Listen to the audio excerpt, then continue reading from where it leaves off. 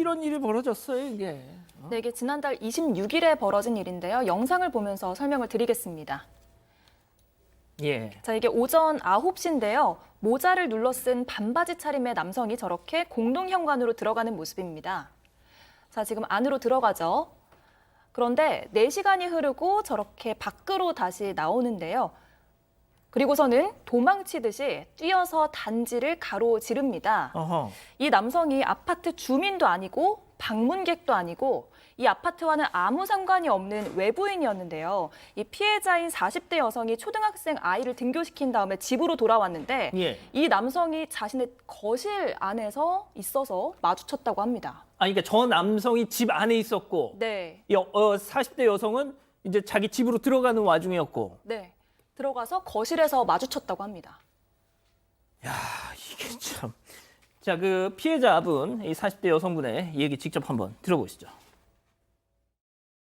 문을 열고 들어오니까 누군가 이렇게 쓱 지나가더라고요. 그래서 저는 순간 애 아빠가 일찍 들어왔나 얘기도 없이 난생 처음 보는 남자가 저쪽에 서 있더라고요. 너무 당황스러워서 저는 얼어 있었죠. 누구세요 했는데 그 사람이 죄송합니다 하면서 천천히 걸어 나오더라고요.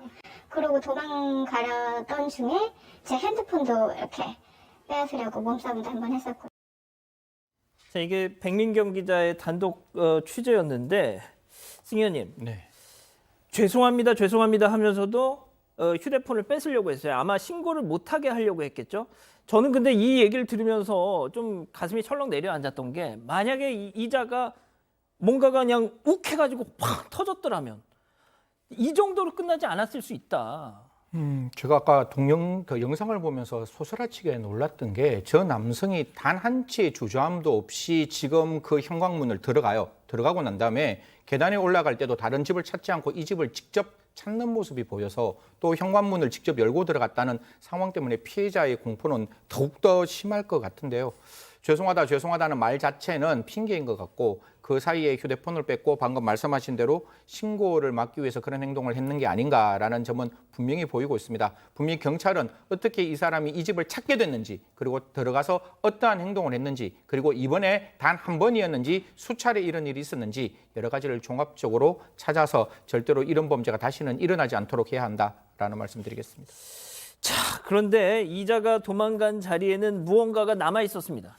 저 신고라는 여성의 속옷이 그 자리에 떨어져 있었다라는 거예요. 혹시 뭐 이렇게 그냥 실수로 아니면 다른 이유로 거기 우연히 겹쳐 있을까 여러 번 확인을 했지만 그게 예. 아니라 서랍장에 들어가 있었어야 될 속옷이었다라는 겁니다. 훔쳐가려고 했던 게 아닌가 싶은 거죠.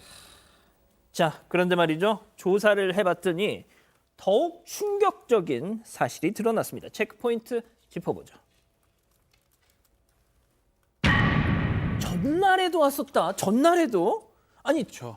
이게 문제인 거예요. 사건 전날 오전 8시에 뭐 CCTV에 잡힌 건데 지금 운동화가 보면 좀 파란색 운동화, 좀 많이 신는 운동화가 아닙니다.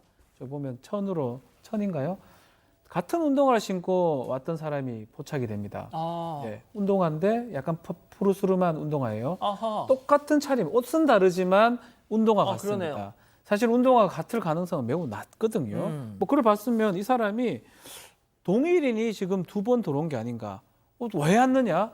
이 전날에 지금 왔다라는 거는 아마 뭐 이걸 물색하는 것도 있고요. 상습적으로 봤던 것도 있고요. 지금 얘기했지만 혹시나 계속적으로 어떤 그 집에 들어가기 위해서 계속 탐색이나 이런 거 하기 위해서 왔던 게 아니냐. 예. 반복적으로 범행을 시도했던 게 아니냐. 이런 부분이 있기 때문에 상당히 무섭고 의심스러운 상황인 것입니다. 자, 그러니까 지금 보신 것처럼 CCTV 영상, 전날과 사건 당일날 영상을 딱 보고서 이 피해자분이 그러고 보니까 전날에도 뭔가 좀 이상한 게 있었다라고 무릎을 치셨다는 거예요. 계속 이어서 피해자분 얘기 들어보시죠. 그래서 주방에서 이제 설거지를 하던 중에 누군가 비밀번호를 천천히 누르더라고요. 빠르게 이렇게 누르는 게 아니라 천천히 이렇게 띠띠띠띠 누르더라고요. 그래서 저는 아무 생각 없이 누구세요? 이렇게 했는데 아무 소리가 없고 보니까 문 열어보니까 또 아무도 없더라고요. 그래서 저는 위나 아랫집 아이들이 번호 누르다가 자기 집 아니다 생각하고 다시 올라간 줄만 알았거든요.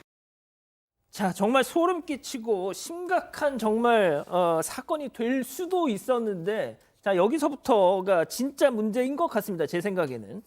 잡혔어요. 잡혔는데 체포를 안 했습니다. 네, 경찰은 이 남성이 주거가 일정하고 또 범행을 인정해서 긴급 체포하진 않았다 이렇게 설명을 했습니다. 아무래도 경찰은 이 사안이 긴급 체포 요건에는 해당 사항이 없다 이렇게 판단을 한 것 같은데요. 다만 여기서 중요한 건 아직까지 한 번도 이 남성을 조사하지 않았다는 겁니다. 피해자에 따르면 경찰이 이 남성을 9일에 붙잡았는데 아직 열흘째 조사조차 하지 않고 있다는 겁니다. 자, 뭐 보도가 나가서 그런 건지 모르겠지만 내일 불러서 조사를 한다고 합니다. 자, 양 변호사님, 그러니까 어떻게 보면 이자는 지금 사건 반장 보면서 지금 내 얘기 나오네? 집에서 그러고 있을 수도 있어요. 야, 어떻게 그러니까 참- 이게 당장 이게 납득이 안 가잖아요, 지금. 근데 사실 또 뭐 시청자분들도 그렇게 생각할 수 있지만 구속할 수 있는 사유가 될까요? 이 남성 같은 경우 그러니까 체포를 설령 할 수 있었다 할지라도 구속시킬 수 있는 사유까지는 안 갈 겁니다. 범죄 인정을 하고 있고 뭐 주거도 일정하고요. 그리고 이게 만약에 정말 다행이지만 이자가 다른 시도를 했던 그런 흔적은 또 없어요. 그러니까 천만 다행이죠 오히려. 예. 맞닥뜨렸을 때도 여성을 폭행하거나 이런 일은 없었기 때문에 경찰 입장에서는 다르게 조치할 수 있는 그런 요건은 없습니다. 재판에 가더라도 솔직히 말씀드려서 저는 이렇게 실형을 선고될 정도의 범죄가 아직까지 나온 것 같지는 않아요. 뭐 이거 저를 탓하실 수도 있지만 현행 법상으로는 그렇죠. 경찰로서는 다른 일을 할 수 있는 상황은 아니었다고 봅니다. 그러니까요. 참 그래서 답답한 겁니다, 저희가. 예, 승 의원님. 일단 이 건을 그냥 좀 그냥 넘길 수 없는 게 이 피해자분이 딸이 있습니다. 어린 딸이 함께 키우고 있어요. 그래서 더 불안하시다는 겁니다. 저였다면 이 집에 못 살 것 같아요. 그리고 그 딸이 혼자 이 사람과 마주쳤다는 것을 상상하면 정말 저녁에 잠도 오지 않고 치가 떨릴 것 같은데 그냥 이건 또 제 순수한 저 개인적인 생각입니다. 체포라는 것은 소환에 불응했을 때 체포를 하는 것이고 구속이라는 것은 재범의 위험성이나 주요 참고인 등의 위해의 우려가 있으면 한 번 정도 생각해 볼 수 있는 거거든요. 분명히 이 사람이 처음에 왔는 것이 아니라 계속해서 왔고 이 집에 비밀번호를 알고 있다면 만약에 불구속되는 상태에서 또 다른 재범의 위험성이 있지 않을까라는 거는 어느 정도 상식선에서 우리가 접근할 수 있는 부분이니까 제가 정말 드리고 싶은 거는 그럼 가해자 좋아요. 죄형법 정조 이상 아무것도 할 수 없다면 피해자 보호하셔야 돼요. 경찰은 그 자기들이 만들어 놓은 그 내규가 있습니다. 내규에 피해자 보호할 수 있으니까 정말 이 어머니와 딸이 안전하게 이 사람이 배판을 받는 동안 좀 그 가정을 지켜주는 여러 가지 조치를 좀 했으면 좋겠다라는 말씀드리겠습니다.